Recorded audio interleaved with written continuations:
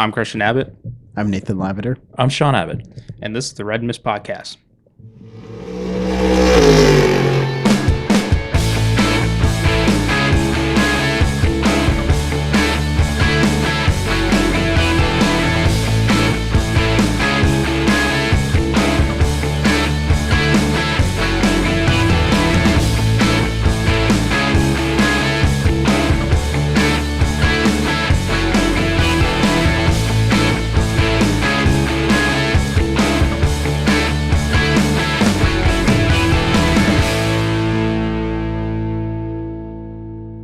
Hello, welcome to the Red Mist Podcast, Season 4, Episode 23, and we're going to go back to 1970 to Porsche's first triumph at the legendary 24-hour of Le Mans race in the classic Salzburg livery, 1970 Porsche 917 of Richard Atwood and Hans Hermann. Very nice. I know. Nate's upset. We didn't go 23X. Yeah, no. I was going to say that Stacker 2 Kenny Wallace car from 2003. That's a classic. Yeah, that's classic Stacker. Good stuff. That stuff will kill you. It's like ephedrine. Anyways, on tonight's episode, there we go. On tonight's episode, we'll discuss NASCAR in Chi-Town. IndyCars at Mid-Ohio, and F1, the Qatar Airways Silverstone Grand Prix of Great Britain, and we'll do some news and notes. Let's flip things around tonight, gentlemen, and there's not a whole lot of news and notes out there. IndyCar is on a hiatus, right? No. Right. What do you mean hiatus? No. Oh no, they had the 4 weeks or 5 races in a row. Yeah. Do they have a race this? They have a race this weekend? Yeah, it's a doubleheader at Iowa. Oh, all right. Sean. All right. Well, we'll get to our picks. Well, F1's on a hiatus for 2 weeks. Yes. Yeah. We can. That one is. Yeah. WEC picks up this weekend in Brazil. Mm-hmm. And IMSA is on a limited schedule at Motorsport, Canadian Tire Motorsports Park, with LMP2, GTD Pro, and then some support series. And then NASCAR is where, Nate? That's a good question. I think they're going. I know. Sonoma. Another road course, Sean. How about that? Another road course. All right.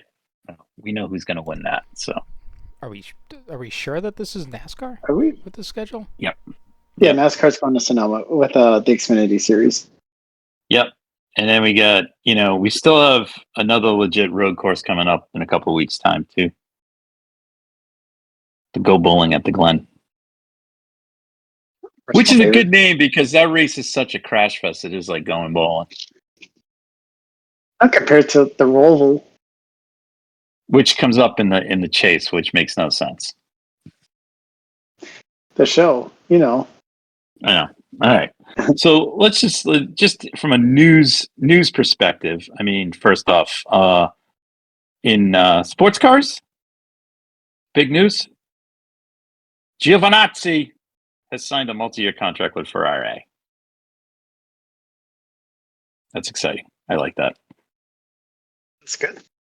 It is. It's very good. Other than that, that's it. For news and notes.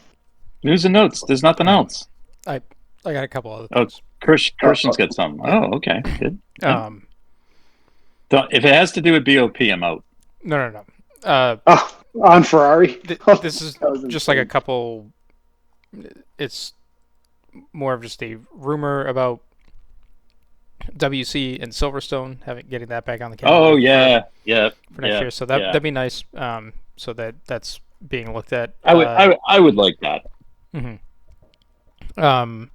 And then the only other piece of news that really came through that I saw was that Nate, you sent it to us that Suarez is out at Track Hills. Yes. We really know who's going to fill that spot, and I mean, right away it's Conrad Silic. I thought it was Franz Hermann. No, Sean. Well, No. I would have guessed. I mean, A for effort. Wait. So just something not for nothing. Since Trackhouse has a relationship with Red Bull, is it conceivable that somebody on a free weekend, when there's a NASCAR race on a road course, who runs for a Red Bull team, possibly, maybe still next year, could come and run? Possibly, a one-time thing, but look what happened this past weekend with Corey Heim. He missed the field. Corey Heim? Yeah, he was the fourth entry for 2311. Yeah, in the 67 Robin Hood Toyota. Yeah, well, I'm talking somebody on a road course that couldn't win. So I was talking Mr. Verstappen, possibly. Oh, right. Hey, listen, I'm all for it. One of the best performances I've seen is Matthias Ekstrom. I'm not really interested in Corey Heim. No, I'm just the overall, Sean. Come on. Oh my God. Speaking of Franz Hermann, there's a rumor that he's that Mercedes is trying to pull him. Is that right in there with the rumor that he might stay with Red Bull or he might go to Aston Martin as well? Right. I won't get further into this. I just find the situation funny. Funny because between the two drivers that have probably the most publicly, oh my God, these people. Sorry, go ahead. They probably have the most public distaste for each other during a weekend. Whenever anything is slightly done wrong by one party. It's just funny seeing that you're gonna go out for the guy who's against your current driver to then most likely replace him in that sense. Right. So that's all. I think anything's gonna happen? Honestly, I have no idea. And with these kind of rumors, they're big, and would it really shake up the order and the lineups? Of course, because you'd be doing exactly what Lewis did to Carlos for this year. Yeah, gotcha.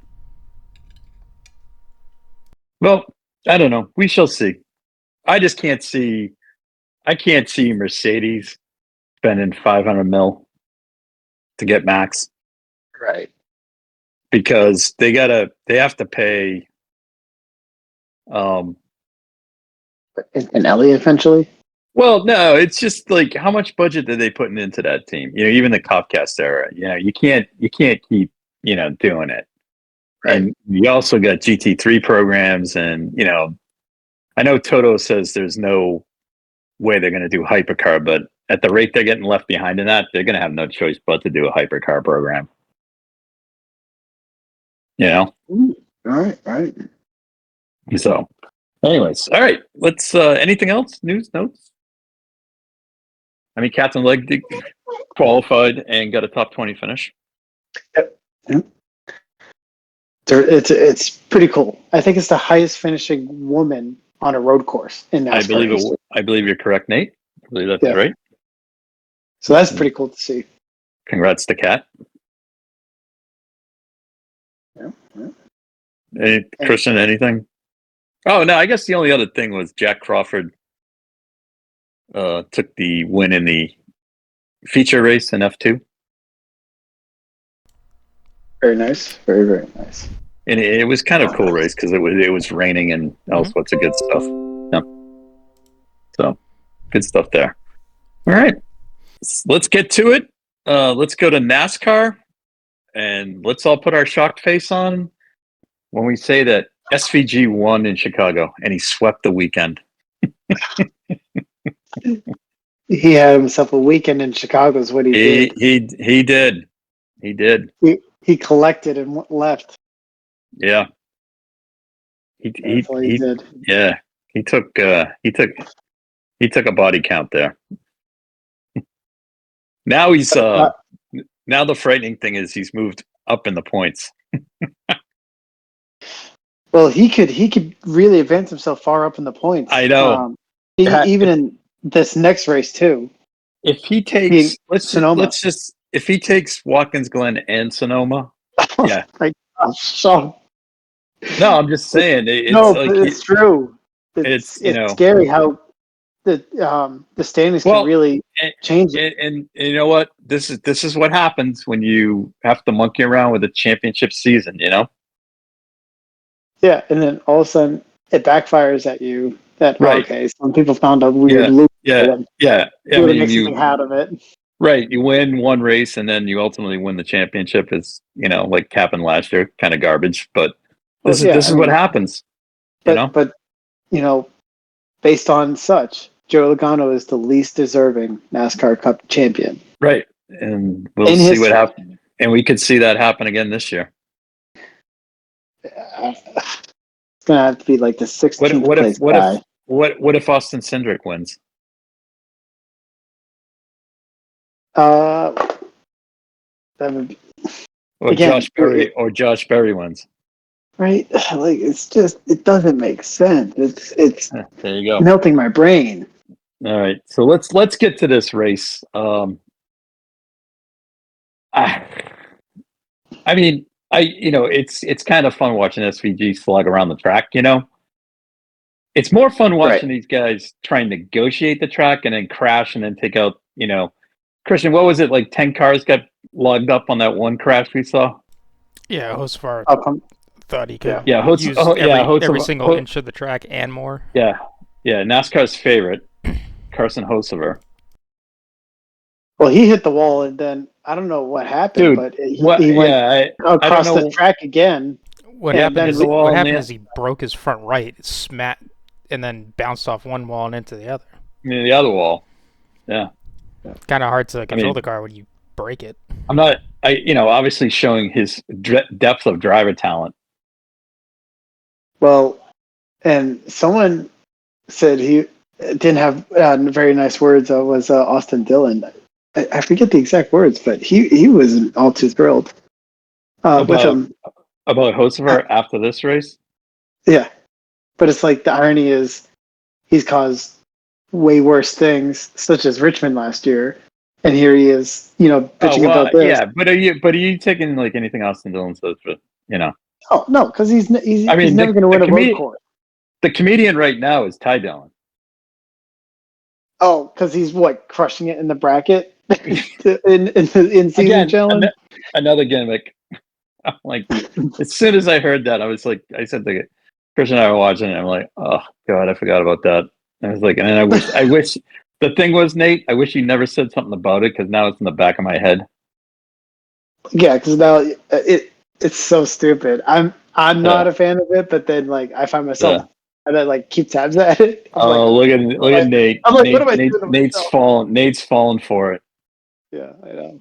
It's not my favorite. I don't. I mean, the race pretty much went where it thought. Michael McDowell took the lead. I'm like, but then I said, why did Van Gisbergen start on the outside of row one, on the outside, instead because the first corner is the left. Right. Was he going to do the over under when they got to one? I mean, that was his winning move when he first went here, but I'm not sure. But on the start, I would have just hugged the inside, taken the lead, and run off into the distance. Well, I think 9 out of 10 people would. I'm not exactly sure the choice. I think he was just trying to see what McDowell was doing. Was he, or was he just I'll let you guys have some fun, and then I'll. Yeah, you guys figure it out. Yeah, and have fun. Yeah, I don't know. What do you think the long-term future of this race is? Just you gotta get rid of it. Yeah, go back to Chicagoland. This is kind of like the thermal of NASCAR.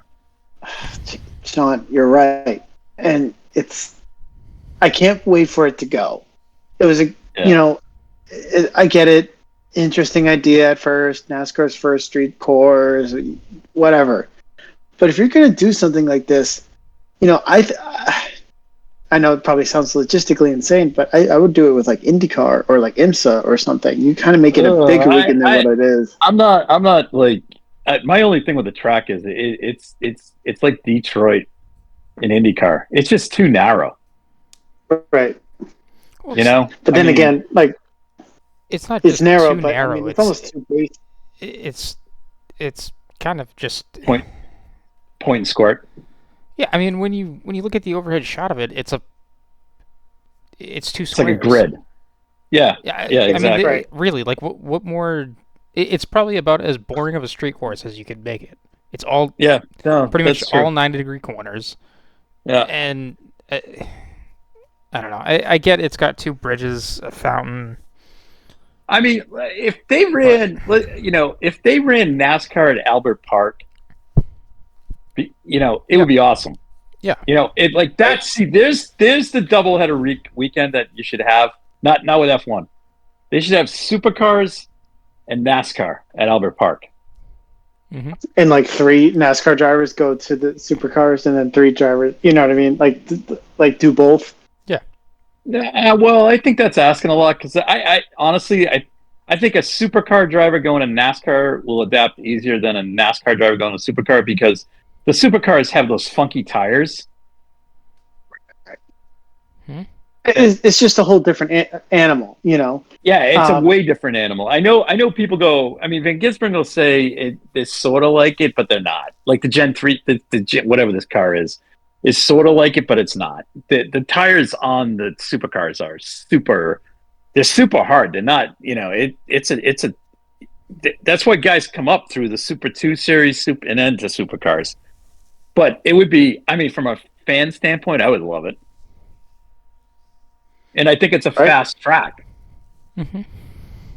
Yeah, that's just my thoughts. I think NASCAR would do very well over there. Yeah, I think so too. Yeah, I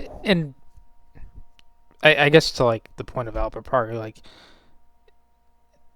it's not like NASCAR can't do a street course, but there's probably better alternatives out there. But that's what you got to look for, a street course like that. Yeah. Right, Christian? Mm-hmm. It's flowing. Yeah. Okay. Or I mean. I mean, like Nate said, like if not that I know we've had this discussion before, but like if they wanted to take it to a street course, take it to Long Beach. Oh no! I'm sorry, you can't do Long Beach. There's too much that weekend. Yeah, but you know what? The one thing with Long Beach, like these guys, there'll be so many cautions. Oh yeah, you're 100%. That's my thing. I just I mean, look at the Chicago race. I mean, you're in the same. Well, no, I know, but it's no fun. Like I want them on a track that they can run. Mm-hmm. That's why I'm saying like something like if you could design something like Albert Park here in the States, that would be awesome. I mean, it's almost like Watkins Glen short course is almost like Albert Park. Yeah. I see where you're going with that. Yeah, I'm just saying. That's what I wish that could be the case. But anyways, all right. Let's just take a look at the standings here. Well, not the standings, but the results. SVG with the win. Ty Gibbs second. Fastest guy on track though, Tyler Reddick. Ty Gibbs equals his best career finish in NASCAR. I know. Yeah, that's good. I'm talking a real driver. I'm talking just a stat. Just a stat. That's just. And Denny was fourth. Kyle Busch, fifth. Great result for Kyle Busch. I think he needed that after a string of lots of wrecks. The Dinger was sixth. Surprise Strong of the year. Run by Ryan Preece. Surprise of the year is Ryan Preece. That's not a Keselowski car, is it? It is. Sure is. We got to save that right, kid. We got to get him out of there. No, he's fine. We got to get him out of there. Maybe. No. Bowman with an 8th place finish. Yep. Austin Hill. A ninth place finish. Ninth place What a finish. I don't get that kid, but anyways. And the Watermelon Man finished 10th, and he beat Logano, so that's all that matters. Logano liked talking to him after the race. Sean, Yeah, saw Logano. that? Yeah, I'd like to talk to Logano after the race too someday. You and me both, Sean. Not a fan. All right, and so this week we're off to Sonoma, back-to-back road races. Where do you want to put the money? Is Zilich entered this weekend? He should be, but in the cup race. I don't think he is. I think he's done for the year, but let me check because I know it was like a very, wasn't a lot of races he was doing. I was looking at he's not on the list. Damn it! He's not on the entry list. That's the only one that could bring it because they had such a ding-dong battle in the Xfinity race. Right. But who's been trying to win this race for so long, who has failed miserably every time, is AJ Allmendinger. The Dinger? I'd be up for the Dinger to win. Home state win I really want him to win this race because this is his home race, and he's just he's been snake bit every time. Yeah, he is the Lando Norris of NASCAR. Sure. All right. So Sonoma this weekend. All right. We can talk. Yeah, we'll move on. Anyways. All right. Let's move on to IndyCar. To Mid-Ohio. Mm-hmm. And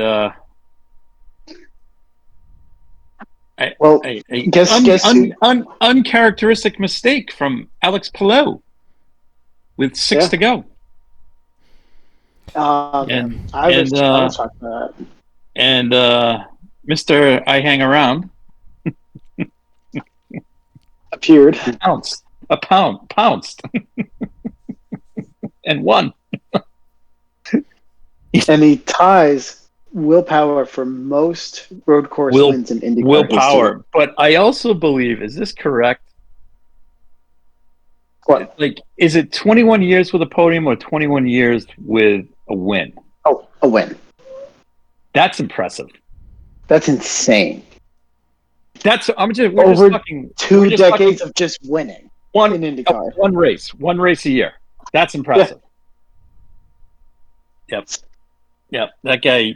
Anyways, Scotty D. Good on him.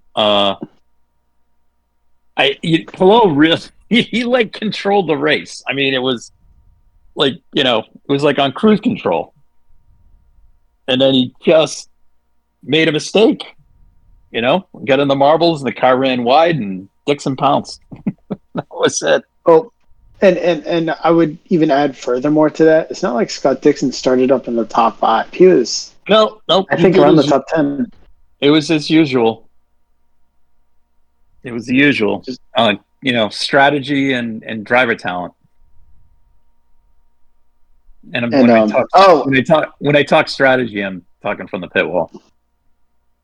And isn't it insane that Joseph Newgarden crashes right away? Let's get to that. Let's just get through let's take a look at results, and then we can talk the plight of the once vaunted Team Penske. Christian Lundgaard, fantastic weekend overall. Finished 4th. Herter with a nice weekend. I'm sorry, Lundgaard finished 3rd. Herter 4th. Pato rebounded for a 5th after horrendous qualifying. The Meyer-Shank guys were 6th and 7th in their hometown race. Kyle Kirkwood salvaged the weekend with his 8th place finish. Rinus VeeKay notches yet again another top 10 finish, and in the process notches again, passing over 15 cars during a race. Jeez. Yep. And then Kiffin Simpson, overall great weekend. Unfortunate pit stop set him back to finish 10th. Which he qualified very well. He qualified 3rd. Yep. Pretty cool to see. Yep. Like to talk a little bit first, a little American crime. Santino Ferrucci and Connor Daly. I mean, that was just clear as day, wasn't it, from Ferrucci? Yep, was. Connor was not thrilled with that. I don't blame him. Didn't you pick him for your dark horse? Who? Ferrucci? Yes, you Yeah. did. I did. What are you doing, Sean? See, I told you. No. But like, I was going based on like current results, and now he puts the black hat on, and now he won't be in my dark horse anymore. Mm-hmm. All right, And guess you did. Oh, and Sean, wait. I'm on to something. Wait. But who also picked the winner of such weekend? I believe you did. I did, yes. See, Who was your dark horse? I believe it was. Was it Jay New? Armstrong? Marcus Armstrong.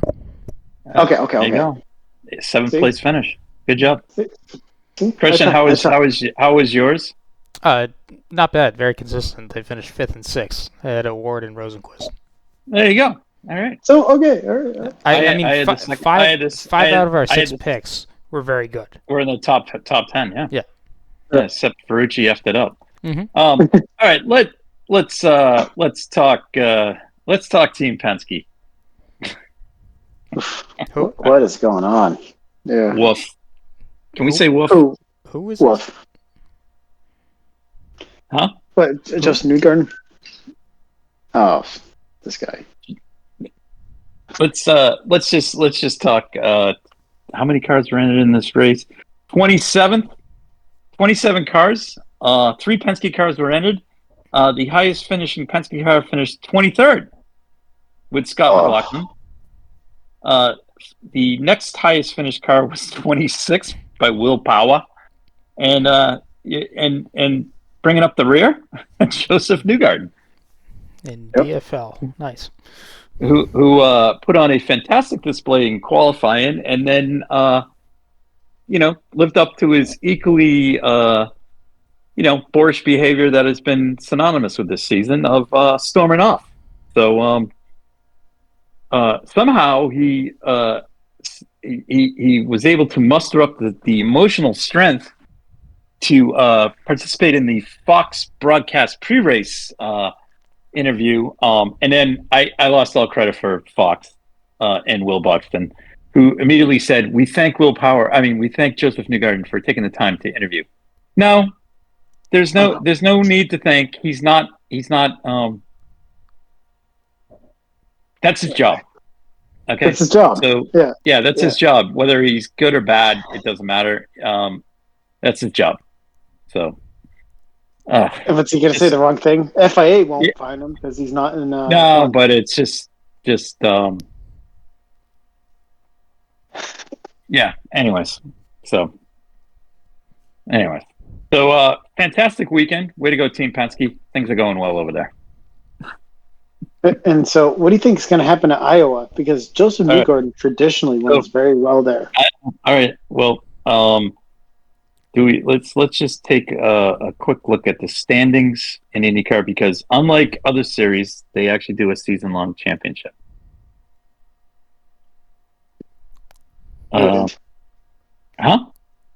Noted.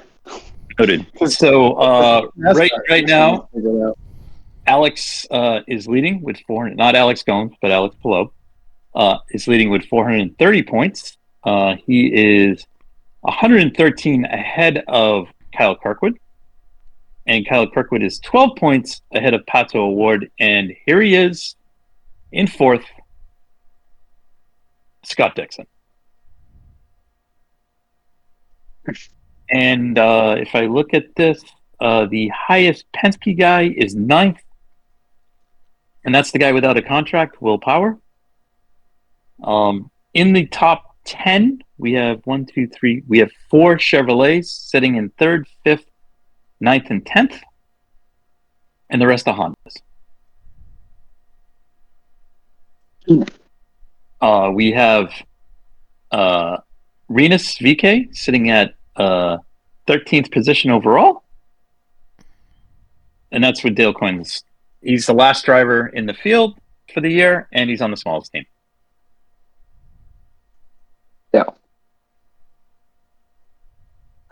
Wow. Anyways, nice.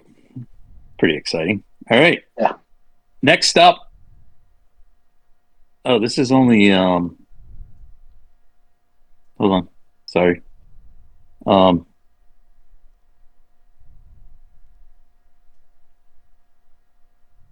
There's only Iowa's only one race.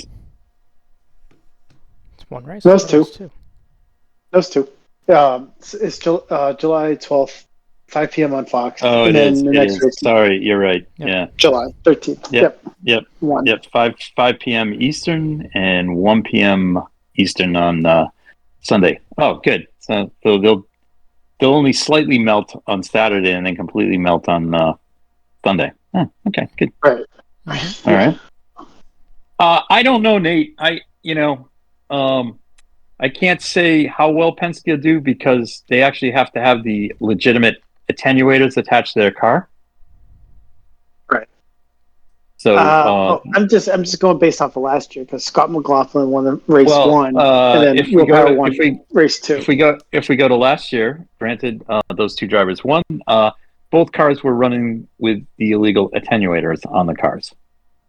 Right. So it was just not caught, and therefore those wins should have been taken away. And now they're going to be 25th, 26th, and 27th. Well, who knows? Could be a performance thing. Who knows? Who knows? Christian, what's your thought? You think Penske bounces back this weekend? I mean, no, they don't. Yes, they do. You either go against the grain of Ganassi, or you try and stick with the Penske. And you know what?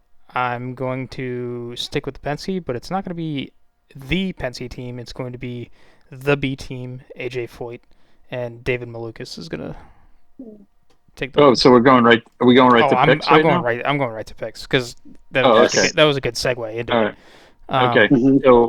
So is that for race 1, race 2, race 1 and 2? Malukas takes race 1, and Ferrucci takes race 2. Wow. Okay. Wow. Dark horse in either? I mean, there you go. Dark horse is going to be Connor Daly for both of them. Wow. Mm. Wow. Some guy in an E-Type Jaguar just put it off at the Porsche curve. Holy crap. What are you watching? That was good. 1965 E-Type. That thing's wrecked. Wow. Is this a classic Le Mans? Classic Le Mans. Sorry, Okay. I couldn't. I just looked up. All right, so you're taking Connor Daly in both races. Yes. All right, Nate, let's go to you, Mr. IndyCar Insider. At Mid Ohio, anyways. Well, let's take a look here at Ohio, right? Penske split it last year with an illegal part, right? So we're going based off of that. So, because I love stats and numbers, well, I should probably pick whoever came in second place both years, right? So, I'm going to pick Pato Award for race 1. I like that. And then I'm going to pick Alex Palou winning race 2. And then the dark horse for race 1 is going to be David Malukas. And then the dark horse for race 2 will be Connor Daly. Okay. Just because I think David Malukas learned a lot from night racing, and I think night racing is kind of his, or rather, it's up his wheelhouse, I think. And I think he's going to really show up at the night race, more so than Dayton. Okay. On my side of the fence, I'm going to take Pato. No, rephrase that. Refresh that. I'm going to take Connor Daly to win in race 1. Race 2, I am going to take Pato. My dark horse, is going to be.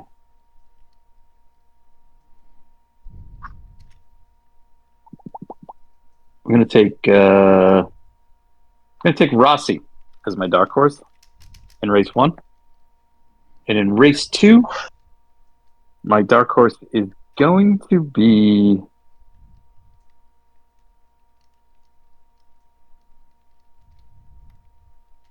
Rinus VK. Nice. Alrighty. That's pretty solid. So there you have it. There you have it. Going out on a limb with Connor Daly in race 1, but I am basing that on Connor's performance at Gateway. I like it. So anyway. All right. So that's exciting. We got two for one this weekend in IndyCar. Yep, that's exciting. And we have NASCAR at Sonoma. I kind of like that. Yep. So it's going to be road courses with NASCARs and ovals with IndyCars. Beautiful weekend. It's a beautiful weekend. We can look forward to the 6 hours. 6 hours of Interlagos this weekend. Yep. Ferrari did get dinged on the BOP, Christian. Yep, on all 3 categories. They're the heaviest car with Toyota. They have the second least amount of energy to use. Shockingly, Alpine actually has 1 kilojoule less than they do to use. And what was it? They're now the least powerful car on engine output. Mm-hmm. So, does it change a thing? I don't know. Because it seemed like just about everyone else had adjustments in some way. The Aston got more power and more.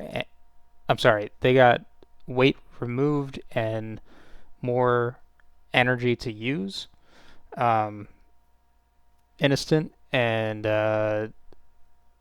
but I think I saw just about everyone else had adjustments kind of in the negative direction to what is ideal. So, weight added, less power, less energy to use.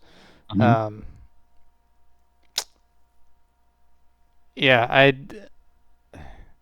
The weather looks cool. It's predicted to be high 60s and sunny during the weekend. So no. I mean, it is the winter down there. Yes. We are in the southern hemisphere. Yep. So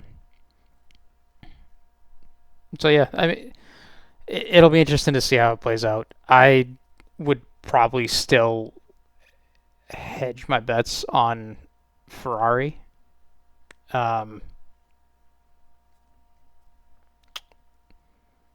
So, because it's just a question of did they hit him hard enough, or did the FIA hit him hard enough? And I don't know. Like they're still pretty far out in front, so it'll be tough to say.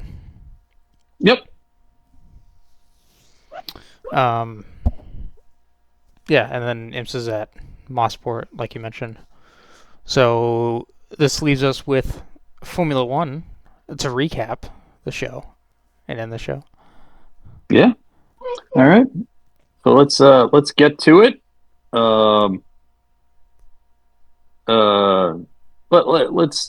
Let's dive into the elephant in the room. Thoughts on the Piastri penalty? I thought it was pretty harsh. But was he slowing enough? It did seem pretty aggressive. I think 10 seconds is pretty harsh. I would have maybe done 5. 5 is like yelling at my head, yeah, but I just Now he did. Like, how do you police it correctly? Is Right. the other Well, question too. the post race What,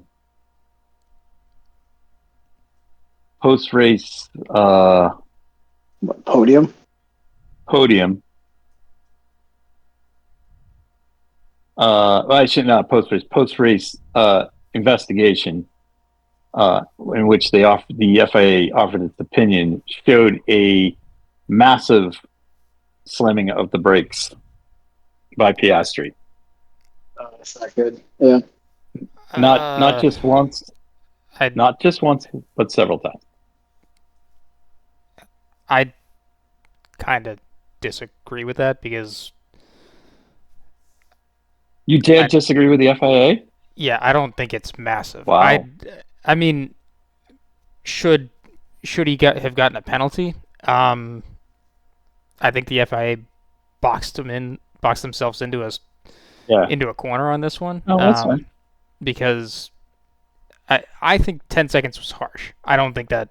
I agree. I agree. I think five is reasonable. However, I think it was. Given Canada, I don't think they should have applied anything. Gotcha. Okay. And also, I think with Silverstone, you should take into account the conditions, considering I can't remember if it was for the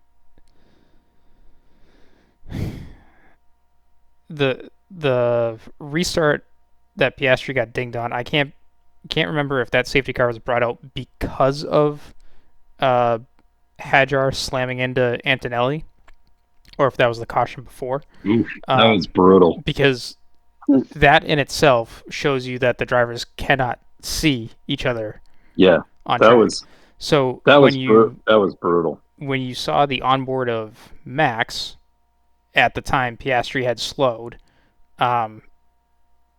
it was clear you could not see him, or see him well enough. Yeah.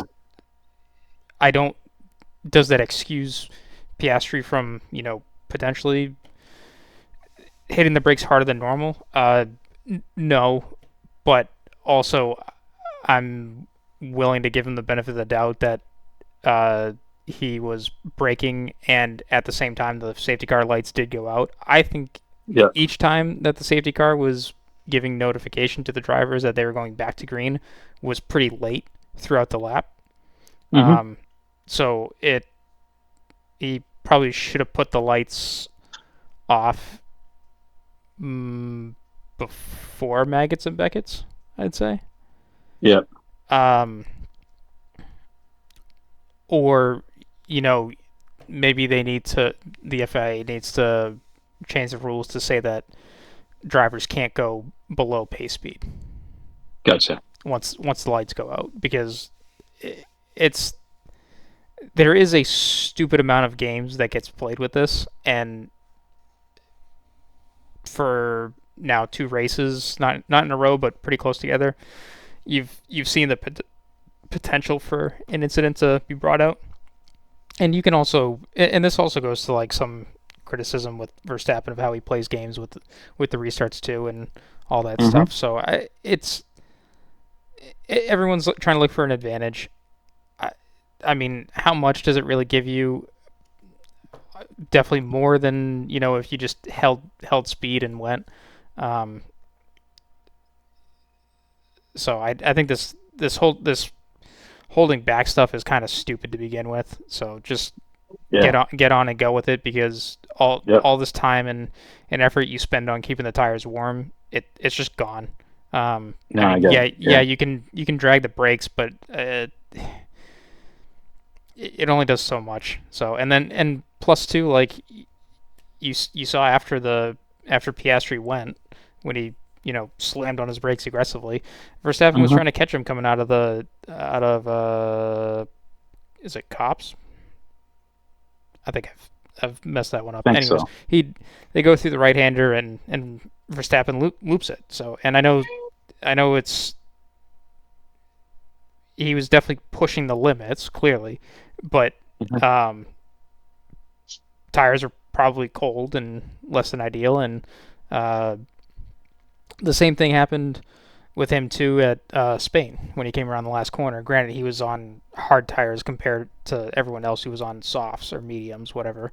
But when you have less temperature, you have less grip, so it's just harder to keep it down. All right. Oh, there you go. Outside of that penalty, I don't think this would have been much of a race. Oscar, I think, would have controlled it and won. I'm not quite sure I understand why Red Bull went with the setup they did in qualifying just to grab pole, because that setup wasn't going to work in the race. I mean, again, you're asking these guys to predict the weather. I don't think out of everything that F1 teams do well, predicting weather is not one of them. Yeah. So. Right.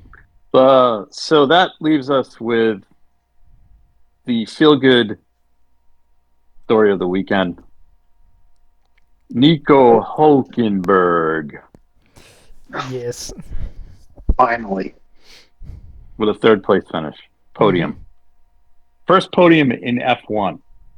Now, mind you, this driver is no slouch. This is not like Lance Stroll getting a podium.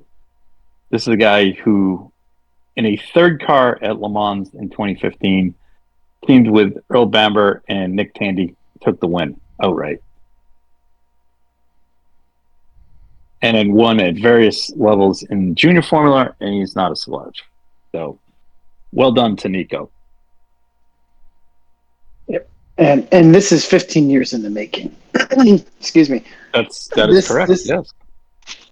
I mean, it's kind of funny how topsy-turvy it is to Kevin Magnussen's career, right? Kevin Magnussen, first race, gets a podium, and near the end of his racing career, he gets a pole. Well, flip this one around.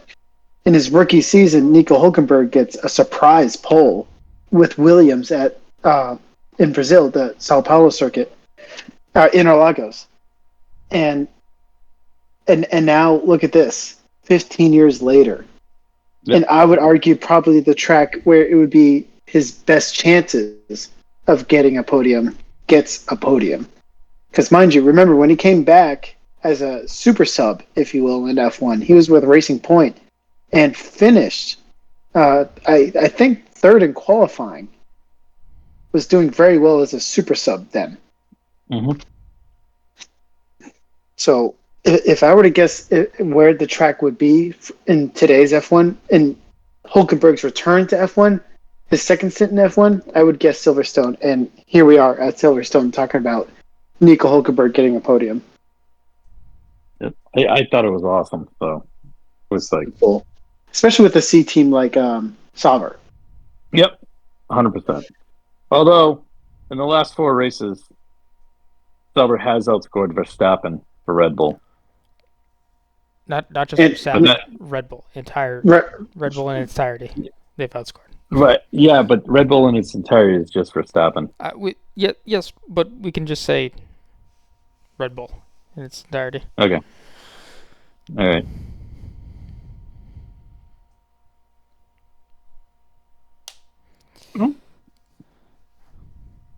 All right. Other than that, that's all I have for the race. I mean, it was just, the drama was the penalty, kind of ruined potentially a race.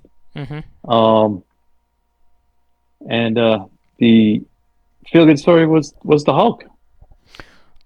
I do have to mention one other thing. Yes. 5 out of 6 rookies did not finish the race. Oh yeah. I know Lawson got taken out, but and it wasn't like Behrman went without contact either that race. Yeah. Not once but twice, I think. And so I know that you were like a little miffed at one point of like just all the incidents and guys not being able to keep it on the road, but having rookies in the field, or this kind of experience in the field at least, mm-hmm. does help. Does add something up the possibility of right of the race turning upside down. So you do have that unpredictability factor in there, which I like. Also, the level of commitment that some of the drivers had to go on to slicks towards the end of the race was very entertaining to watch them go through maggots and Beckett's. Right. So, and also just shows like how easy it is to lose these cars and how really out of control these drivers do become once that happens. So for all the driving that they do currently, it just reinforces the idea of how impressive it is that these guys are able to drive on the limit. And the other thing I should mention going along that, I really enjoyed the drifting show at the end of the first by Max. Not just Max. There was also others. If you kept watching some of the other camera shots, but there were a lot of drivers at the start of the race where the inters were getting worn out and waiting for the rain, and you could see them drifting through the exit of Maggots and Packets. I can't remember the actual name of the corner on that one, but it was great to watch that. It was. I don't. I will say that. You could tell Max was fading in terms of pace, but like I didn't expect him to really hold off the McLarens to begin with. But it was really nice to see that these guys are pushing, and they're pushing to that level that you do see it. It's noticeable that they are that much on the edge. 100% agree. I was a little disappointed, but then again, it is, the Great Holy Britannia Grand Prix. But there was no Davide Valsecchi this weekend. No Davide. So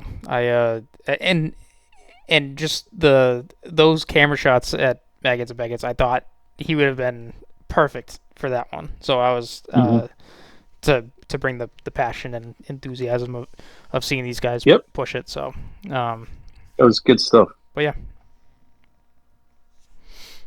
Yep. And so I just liked how that whole race really had everything. I mean, 2 times weather came down, was a factor. Really, really, it was an instant classic of a race. It really was. 100%. 100% agree with that.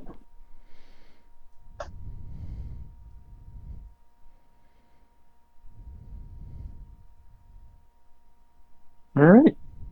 Oh, on that note. Good night.